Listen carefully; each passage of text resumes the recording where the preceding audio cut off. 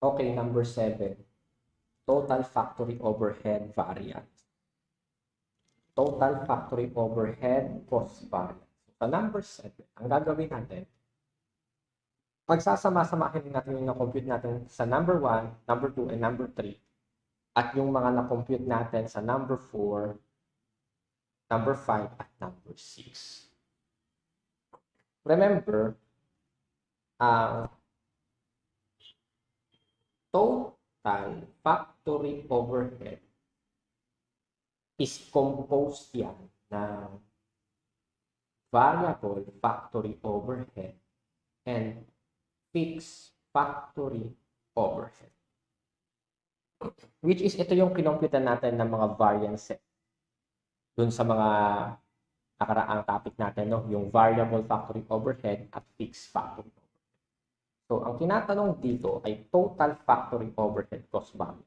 I-consider natin yung mga na-compute natin sa variable factory overhead, variance analysis, at yung sa fixed factory overhead, variance analysis. So, tandaan niyo pa ba yung ating template in computing variable overhead variance?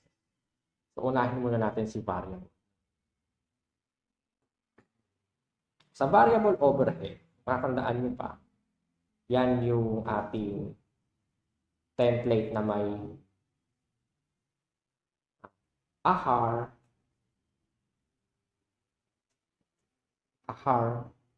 so variable muna tayo ha, variable factory overhead. So AHAR, then sa gitna niya yung ASHER, and dun sa dulo yung it must be standard hours times standard rate or SHER.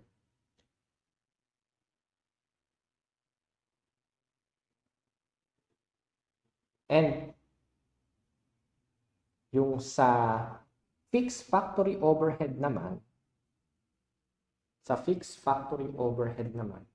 so ito pala sa baba, fixed factory overhead naman, yung ginamit naman nating template sa variance analysis ng fixed factory overhead is yun yung una, yung actual hours times the actual rate. Then yung gitna niya, yung gitna ng ating template would be yung tinatawag na budgeted fixed factory overhead, or in para makompute yan, normal capacity times the standard fixed factory rate. And yung sa standard side naman, which is standard hours times the standard rate. So, total factory overhead variance na yung pinocompute natin. Kaya naka-horizontal yung ating template this time. Yung AH na nakalagay dito sa variable factory overhead is yung actual hours. Yung AR sa variable factory overhead, yan yung actual variable rate. Yung SR naman, ito naman yung standard variable overhead rate. Sa fixed factory overhead naman, yung AR tinutukoy dito is yan yung actual fixed factory rate. NC, normal capacity. SR, the standard fixed factory overhead. And yung SH is yan yung standard hours based on actual production. So yung mga ginawa natin sa variable factory overhead ay ilalagay lang natin sa ating dito sa ating template. So lagyan natin siya ng box, gawin natin siyang box.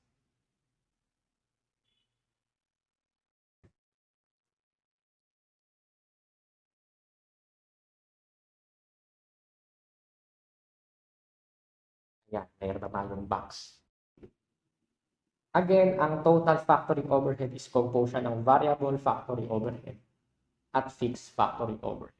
And itong mga ginawa natin na kahon ay galing dun sa mga template na ginamit natin from questions number 1 to number 6 dito. Itong column na to, yan yung, ano ang common sa kanila? Yan yung actual. So, yan yung actual. Ito naman yung, ano naman ang common sa kanila? Standard. So, ito naman yung standard. Ayan. Actual, standard, and ito yung panghati. Okay. Kukunin lang natin yung mga na-compute natin dun sa variable factory overhead variances. So, ano-ano yun? Yung AHAR, yan ay 316,680.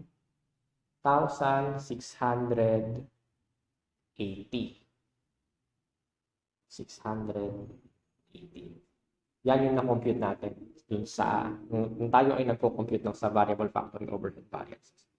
Yung ASHER naman, yan ay 327,600.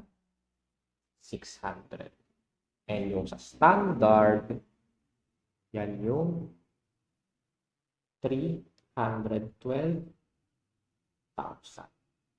Yan, so nagkakalaman na yung ating kahon. How about sa fixed factory overhead? Sa fixed factory overhead naman, so na-compute na rin natin to, yung AHAR sa fixed factory overhead ay 225,000.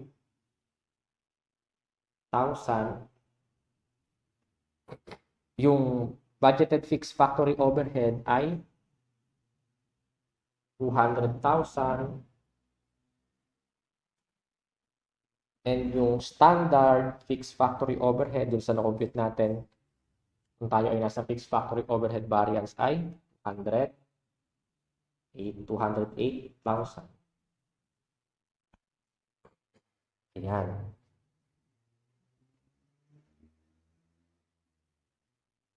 Okay, may naman na yung lahat ng kahon. Ang hinahanap ng number 7, total factory overhead cost variance. So, yun lang yung difference ng actual factory overhead at yung standard factory overhead. So, total.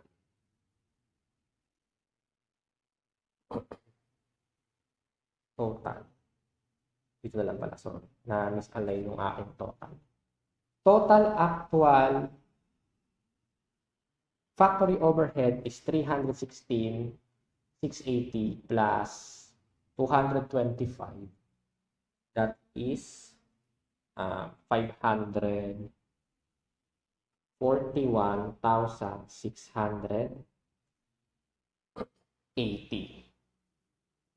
Total standard factory overhead 312 plus 208, yan ay 520,000 pesos. Ayan. Meron na tayong total actual factory overhead at total standard factory overhead. So, ang difference nilang dalawa,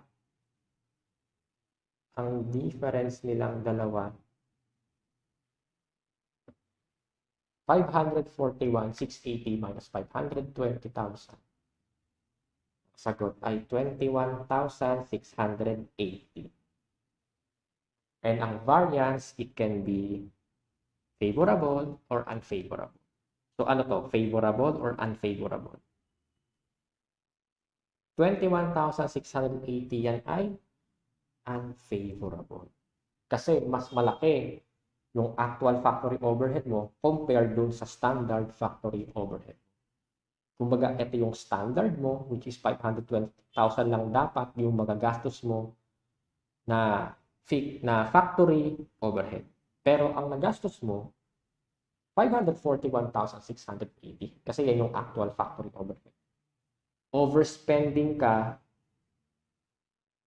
kumbaga overspending ka ng 21,680 pesos. So, sagot natin sa number 7 ay 21,680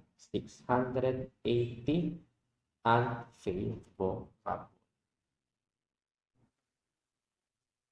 So, nire-write natin yung ginawa natin sa question number 7 kasi gagamitin din natin to para dun sa questions 8, 9, and 10. So, ito yung box natin wherein ito yung variable factory overhead, ito yung fixed factory overhead sa baba. Then, itong column na to would be actual. Ayan yung actual. Ito yung standard. Gagamitin natin yan. Template na yan sa pagsagot ng 8, 9, and 10. Number 8. Ang tanong, controllable variance using the two variance. Okay. Two variance method. So, ano ba yung two variance method na yan, no? Ano ba yung two variance method na binabanggit sa question number 8? Yung two variance method na binabanggit dyan is yan din yung two-way analysis ng total factory overhead variance analysis. Kanina, doon sa question number 7, yun yung one-way analysis. One-way analysis na yun. Wherein pinagkumpara natin yung actual factory overhead at yung standard factory overhead. So, yung difference ng dalawang yan yung total factory overhead variance. So, yan yung one-way analysis. One-way, kasi isang variance lang yung kinumpute natin. Kapag two-way analysis, itong total factory overhead variance na na-compute natin is hahatiin pa natin yan. I-analyze pa natin ang total factory overhead variance. So, yung una, yung tinatawag na controllable variance. Controllable variance. At yung number 2, volume or capacity variance. Volume or capacity variance. So, yung total factory overhead variance na nakupit natin, hahatiin pa natin yan. Kukunin natin yung controllable variance and yung volume capacity or capacity variance. So, ito na yung tinatawag na two-way. Yan yung two-way analysis.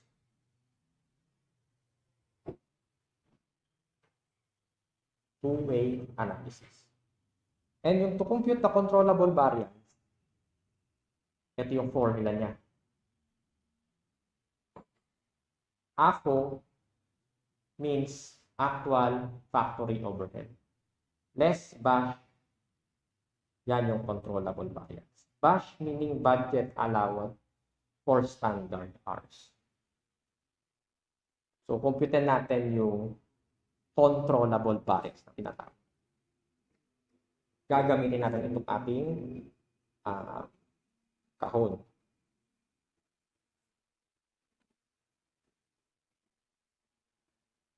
AFO means actual factory overhead. So, yung AFO natin dito would be yung total lang ng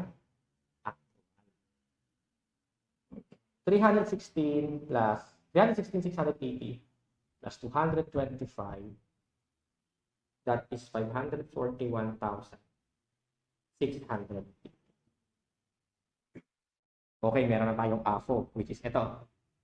Less bash. Bash means budget allowed for standard hours. So, tandaan lang natin kapag controllable variance, yan ay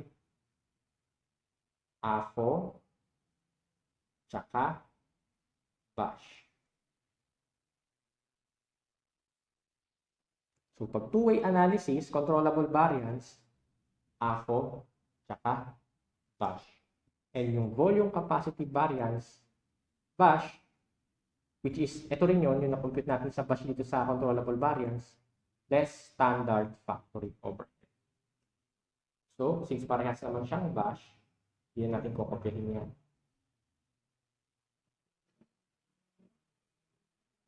Kapag two-way analysis, AFO, bash, reserve. AFO, bash, reserve. Ang AFO natin ay 541,680. How about bash? To compute bash, variable factory overhead, which is yung reserve. So, nasaan ang ating variable factory overhead reserve dito sa kahon? Ito yon, 312. Plus budgeted fixed overhead. Nasaan ang ating budgeted fixed overhead dito? Ito yon. So, ibig sabihin pala, itong total ng dalawang ito, yan, yung nilagay ko sa dito sa figure, itong figure na to, yan yung bash. So, ang bash natin would be variable factory overhead na siya, sir. Ito yun, 312,000 plus budgeted fixed factory overhead, which is ito. Ang bash natin ay 512,000 pesos. So, meron na tayong bash. Meron na tayong ako. Ito yon. Meron na tayong bash. Ito yon. Last.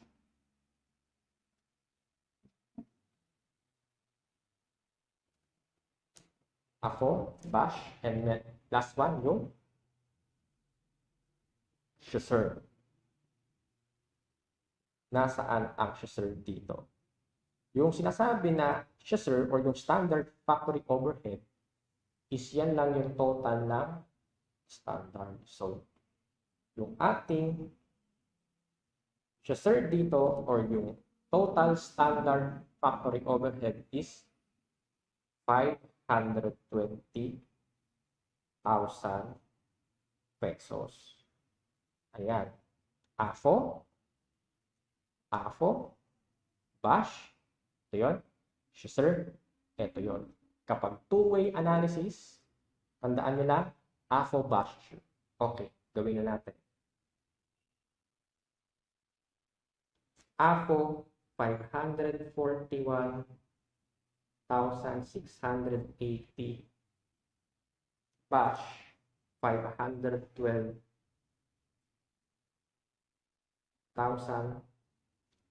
And reserve,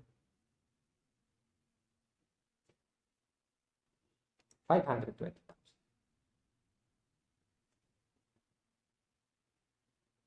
So, kumpleto na. Kumpleto na ang mga data na kailangan sa two-way analysis. Difference ng AFO and bash, yun yung controllable variable. So, difference nitong dalawa, difference ng AFO and bash ay controllable variance. Difference ng dalawang to, yun yung controllable variance. Ang difference ng 541,680 minus 512,000, yan ay 29,680. Favorable or unfavorable? Ito ay unfavorable. And yan yung tinatawag nating controllable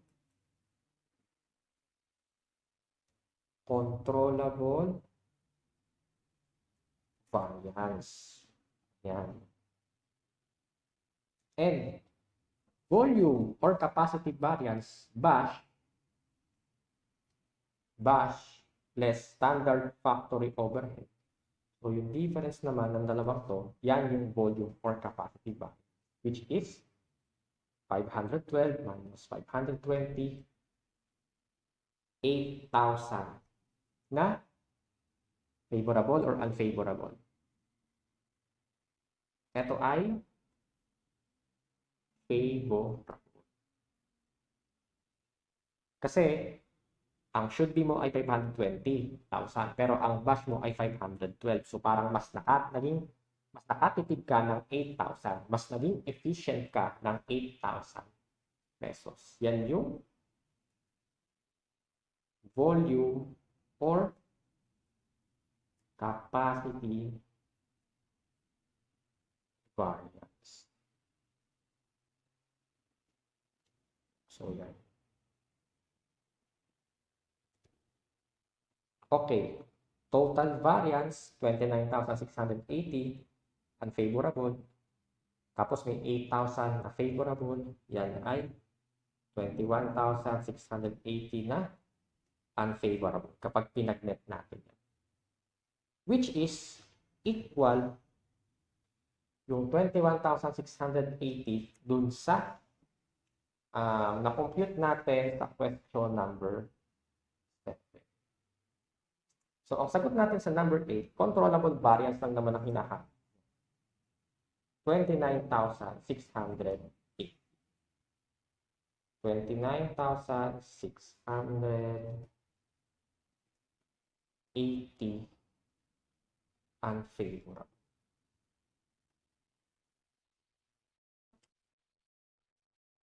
Now, balikan natin yung template, no? Ito yun. Okay. Total factory overhead variance natin ay 21,680 unfavorable. Ngayon, nung binreakdown natin yan into controllable and volume capacity variance, ang na-compute natin ay, kano nga ba yun? Ito, 29,680 sa 29,680 sa controllable variance na unfavorable and 8,000 favorable sa volume capacity variance. Dito galing. Next question, number 9. Budget or spending variance using 3 variance method. 3 variance method meaning 3-way analysis na. So, ito yung ating 3-way analysis. Ayan, 3-way analysis. Meron tayong spending variance, variable spending and fixed spending. Meron tayong efficiency variance, variable efficiency, and yung volume capacity or capacity variance. So, three-way analysis, so meaning tatlong variance yung ating pupupitin. Una, yung spending variance. Pangalawa, yung efficiency variance or yung variable efficiency. And yung number 3, volume or capacity variance. Ang tinatanong, budget or spending variance using the 3 variance method. So, ibig sabihin, mahahati na naman yung ating ginawa sa 2-way analysis. Una, remember, 3-way analysis, tatlo yung variance na lalabas. Una, yung spending variance. So, yung controllable variance, mahahati pa siya into spending variance tsaka ano yung pangalawang variance natin?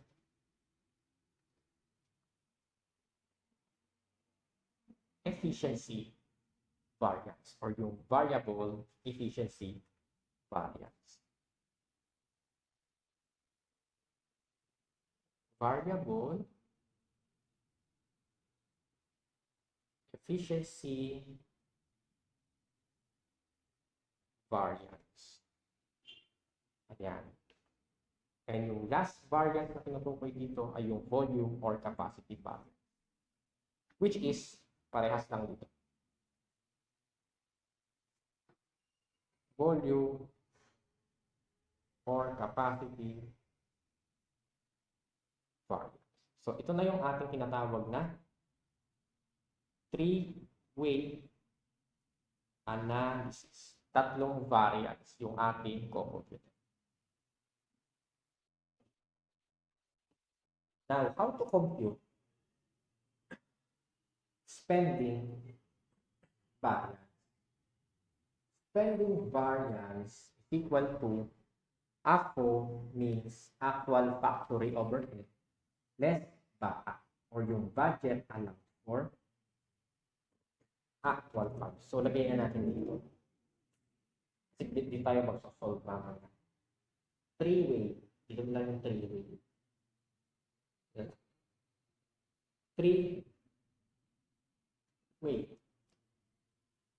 Three-way analysis. Spending variance, AFO, saka backup. Mamaya natin i-elaborate yung mga terms. AFO, saka backup. Kanina sa two-way, AFO bash sure lang. Kapag three-way, meron lang kasamang backup. Okay, backup. So yung difference ko, yan yung spending. Next, efficiency variance or yung variable efficiency. How to compute variable efficiency variance? BAA less bash. BAA, ito yun, yung budget allowed for actual less bash.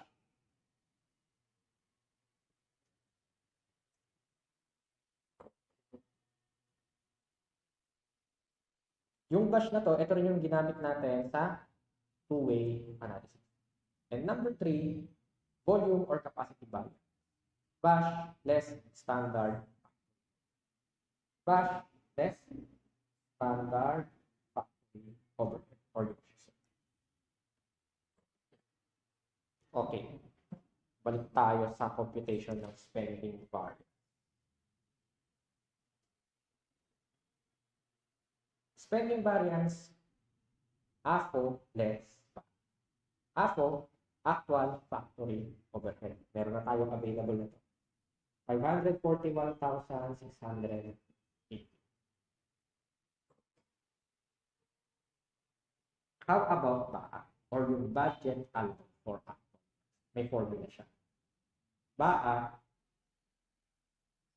actual hours na yung ginamit.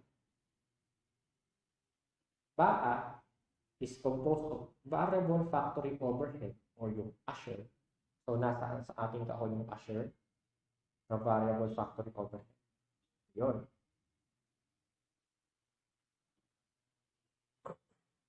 Plus the budgeted fixed overhead. Nasaan dito ang budgeted fixed overhead?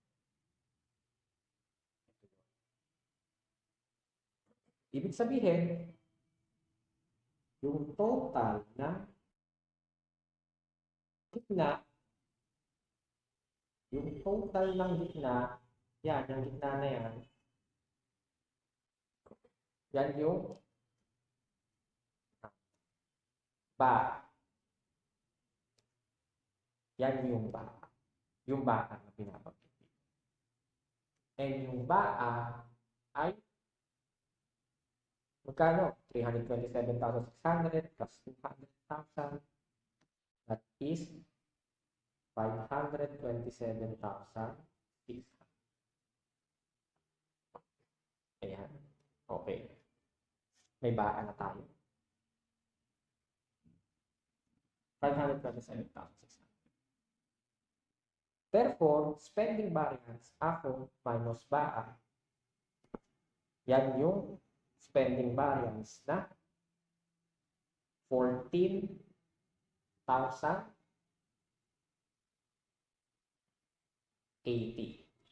Yan yung spending variance na unfavorable.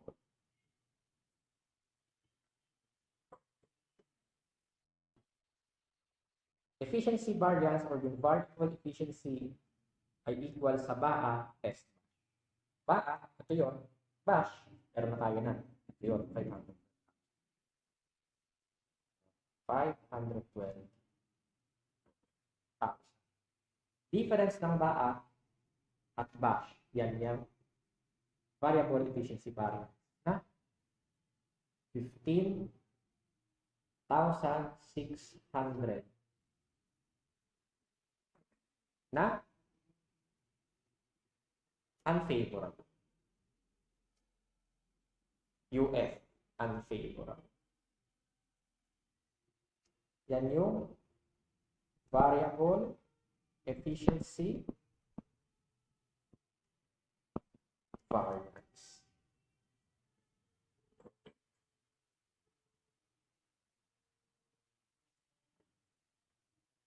And yung volume or capacity variance, bash less Chaucer, ito yung ating Chaucer, yung standard factoring over 520,000. Difference ng dalawang to is 8,000 favorable. Yan yung volume or capacity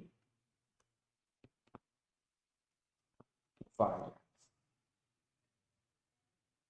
So, tapos na yung three-way natin. May tatlong variance. Spending variance, variable efficiency, tsaka volume or capacity variance. So, ilabag na natin sa ating ginagawang breakdown. So, yung controllable variance dito na 29,680, nahati pa siya sa dalawa.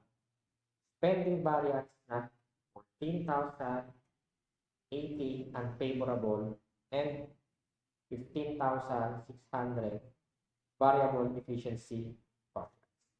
Tapos yung volume variance ay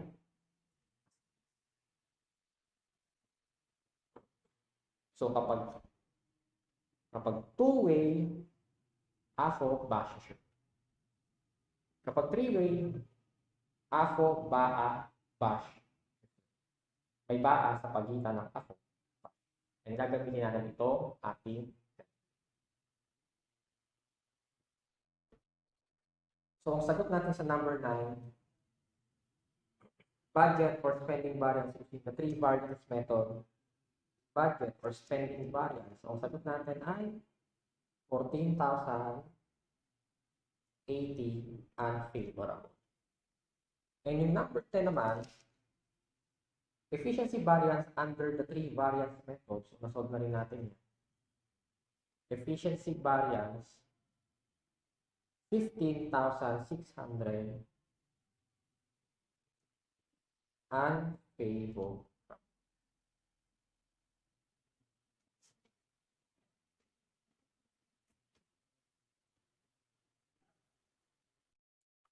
Okay, four-way analysis naman tayo.